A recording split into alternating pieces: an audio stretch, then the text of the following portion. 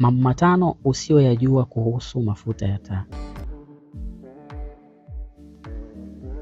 Namba 2, hivi unafahamu mafuta ya taa yanaweza kutumika kama kiondoa kutu? Inaweza. Kutokana na tabia yake ya kulainisha, mafuta ya taa yanaweza kuwa msaada mkubwa katika kuondoa kutu kutoka kwenye vifaa vya chuma. Na watu wengi hawajui kuwa kwa kutumia kitambaa kilicholowekwa kwenye mafuta ya taa wanaweza kuondoa tabaka la kutu kwenye vifaa kama vile spana, visu au misumari. Ni mbinu rahisi sana kwa matumizi ya nyumbani au karakana ndogo kwa watu ambao wana karakana ndogo.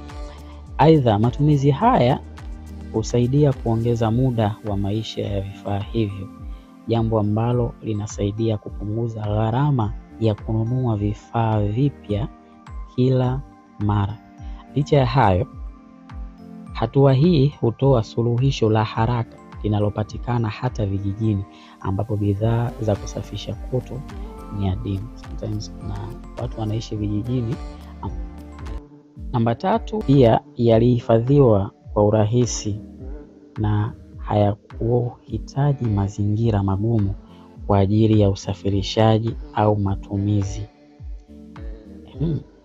Kwa hiyo mafuta ya taa yaliipa faida kubwa majeshi yaliyokuwa na uhitaji wa nishati ya haraka na ya uhakika katika maeneo mbalimbali ya vita. Historia hii inaonyesha thamani ya mafuta ya taa katika maendeleo ya kijeshi na teknolojia ya zamani.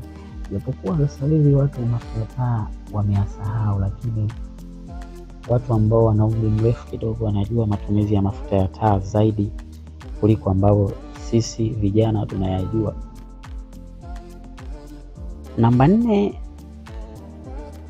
mafuta ya taa yanapaswa kusafishwa kwa bidhaa zingine. Yaani ukiwa na mafuta ya taa, kila unavyoendelea kuyasafisha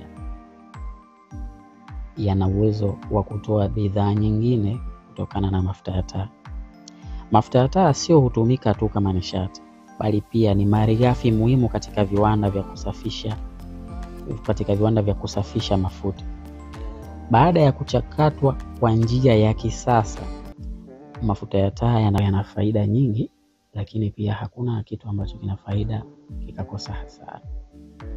Pia mafuta ya taa ni hatarishi sana kiafya yakitumika vibaya. Mafuta ya taa yanapovutwa kama moshi au kutumika ndani ya nyumba bila uingizaji wa hewa ya kutosha, yanaweza kusababisha matatizo makubwa ya kiafya.